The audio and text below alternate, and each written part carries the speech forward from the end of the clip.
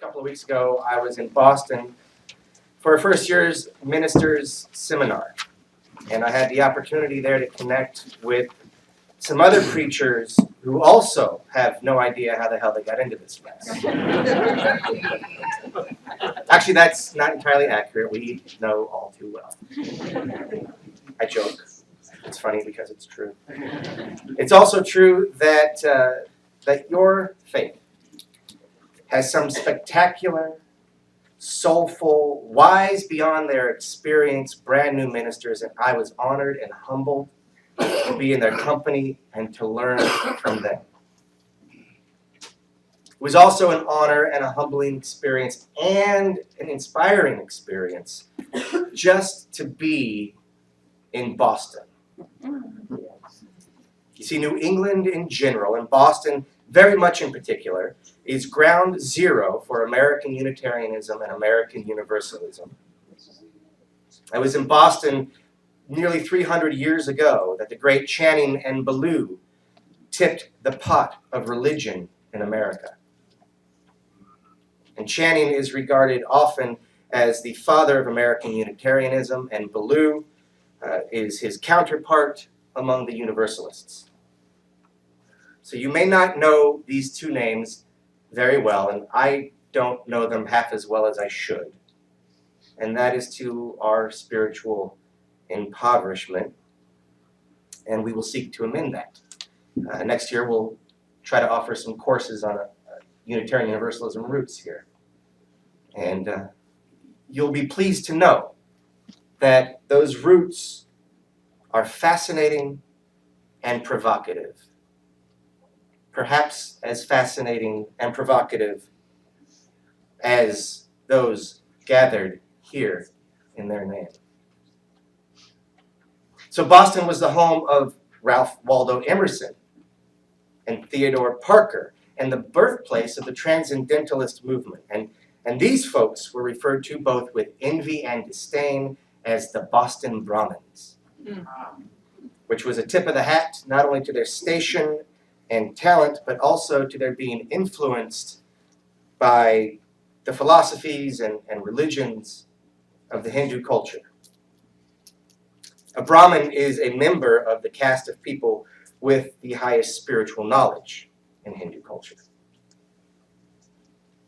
At any rate, one of my colleagues gave a few of us a speed walking tour of significant Unitarian places of interest right around the Unitarian Universalist Association headquarters. So I got to see Channing's Church and Peabody's Bookstore and King's Chapel, and it was so incredible to understand that I was both figuratively and literally walking in the path of these larger-than-life historical characters. These men and women who blew the doors off conventions, or at least redesigned them, and made it possible for a person of my religious disposition to actually find an appropriate religious institution. So being there was incredibly invigorating. It was also incredibly heavy. All of that tradition. It felt like a weight. Now, from out here at the edge of empire, tradition sounds pretty good. I cling to it. But there in the heart of it, tradition began to feel constrictive and claustrophobic. So I was inspired and pressed all at the same time. And this got me thinking about how I locate myself as a Unitarian Universalist. And I don't mean just geography, although that may come into it at some point. What I mean is that I am embedded. We are embedded in a matrix of relationships that are embodied by the institution of and institutions of Unitarian Universalism.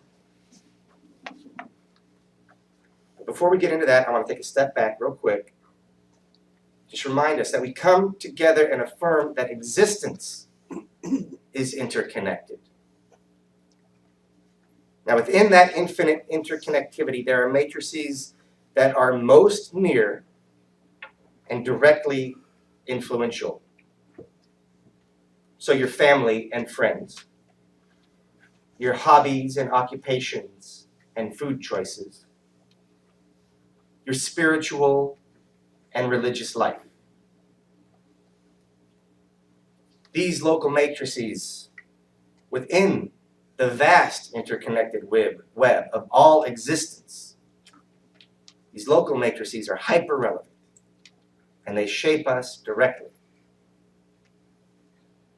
So can you feel these local relationships shaping you? That's not rhetorical, it's actually a question. Can you feel it?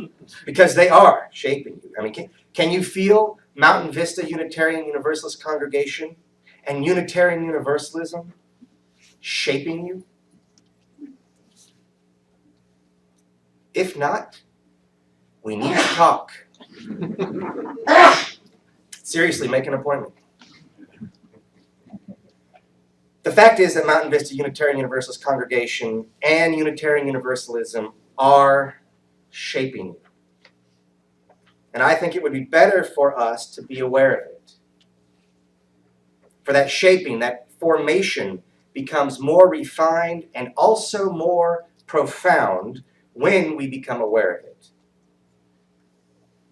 The way we are shaped becomes more refined because our awareness allows us to influence it in return. And to do this in a way that is ever more healthy and honest and compassionate. Awareness is self-transparency.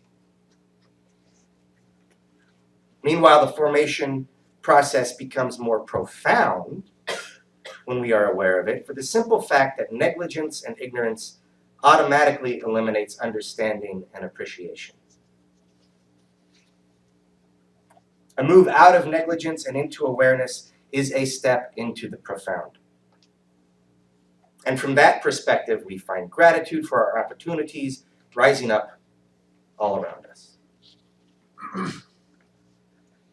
So let us open the door a crack and take a peek at the matrix of Unitarian Universalism in which you are currently embedded.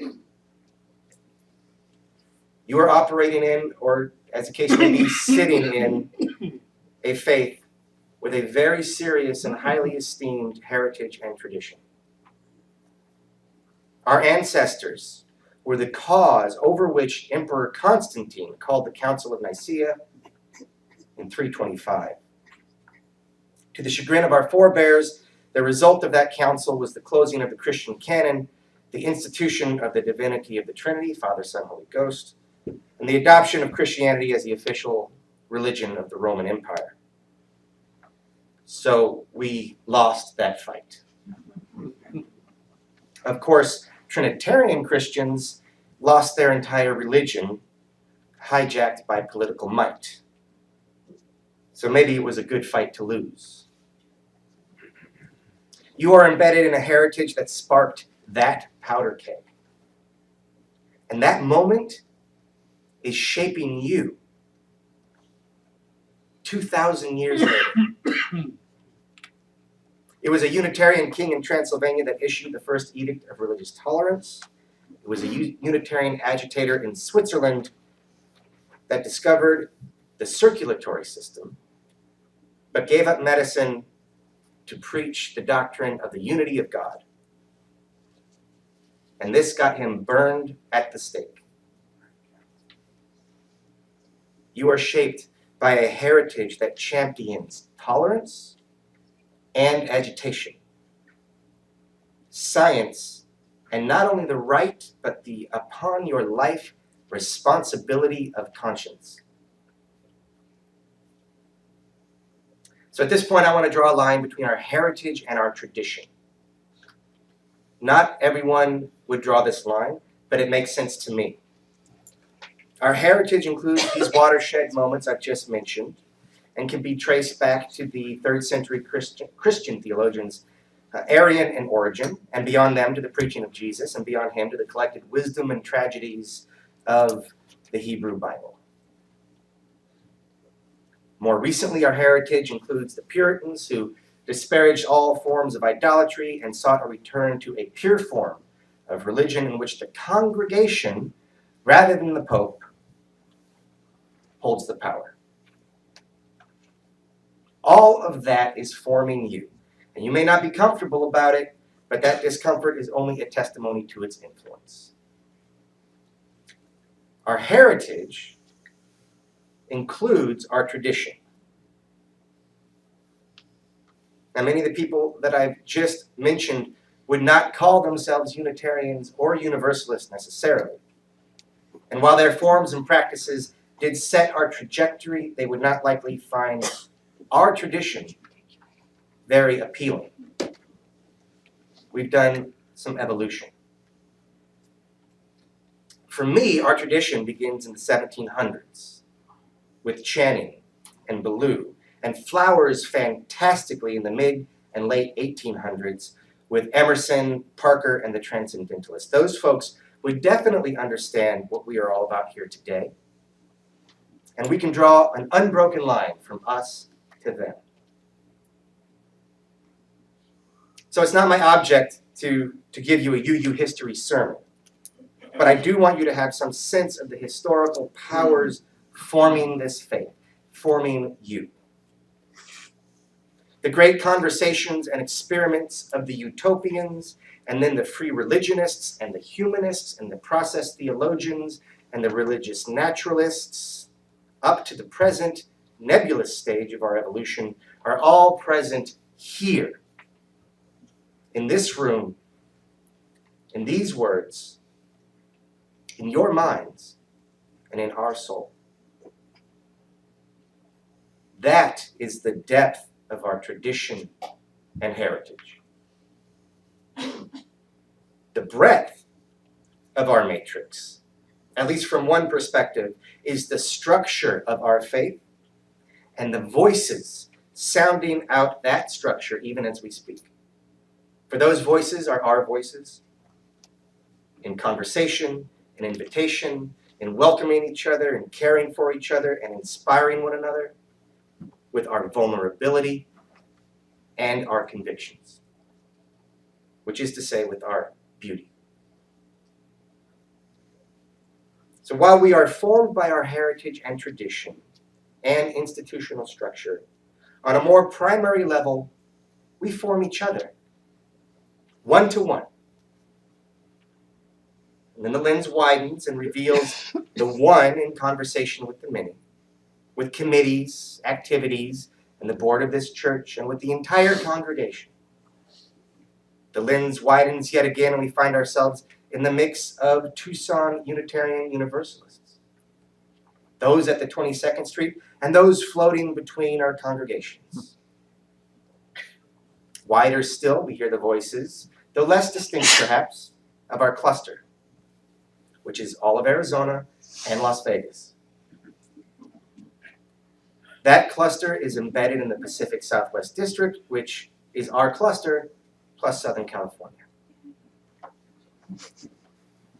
Our region, another level up, is essentially everything west of Texas.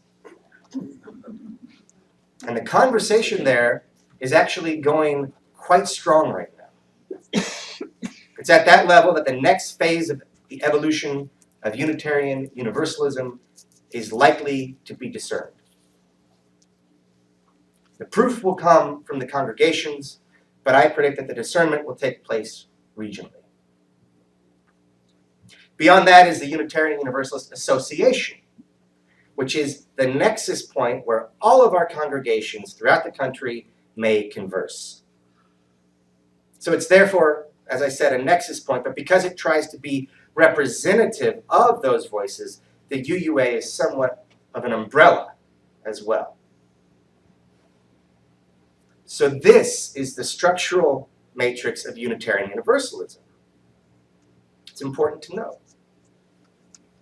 Our structure determines our effectiveness and facilitates the evolution of our religion. The content of our religion emerges in this evolutionary process, this great conversation in which you are fundamental. Unitarian Universalism is an open source religion. So when I say open source, some of you know what I mean. Does anyone know what I mean when I say open source? Cool. Ron, can you briefly tell the rest of us what that means? Ron's a computer genius, I know. Yeah, but you're overselling me. Open source is it's a process where the development community contributes to an end product, and this is done freely and openly. And while that sounds like it's chaotic, they actually have a masthead and rules, and there's a licensure that they operate on, and so their contributions have to be accepted by the community. It's also done for the betterment of the community, so that a product is enhanced and it's developed with that in mind. And there's usually no profit in it. So there's a paradigm that we all contribute to. We all operate under.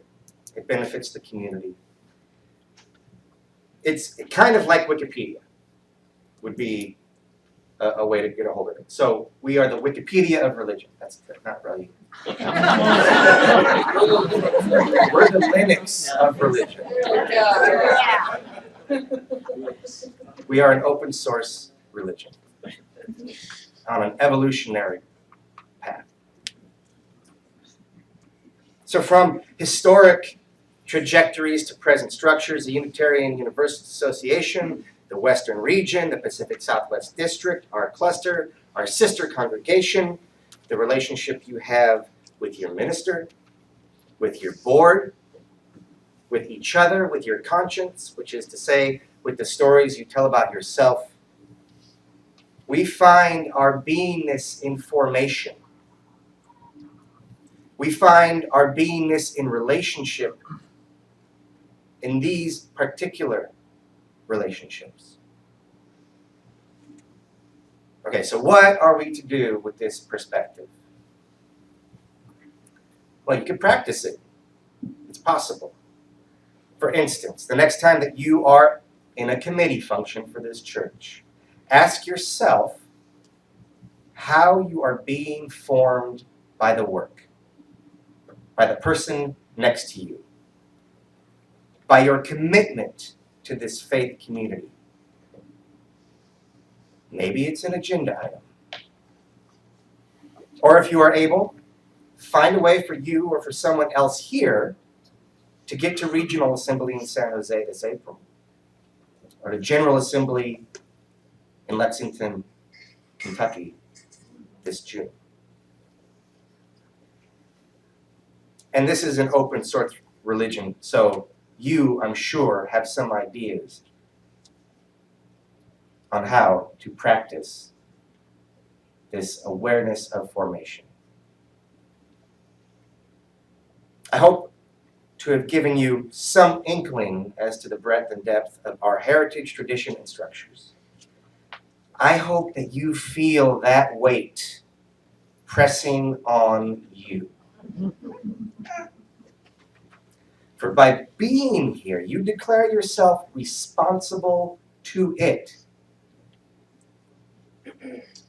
And yet, in that responsibility is the wondrous truth that you are forming the tradition as it forms you.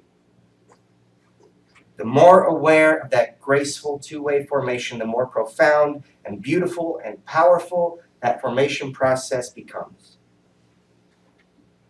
And then, it is not a weight pushing you down, it is a swell rising you up to meet the personal and institutional history yet to be made. Namaste.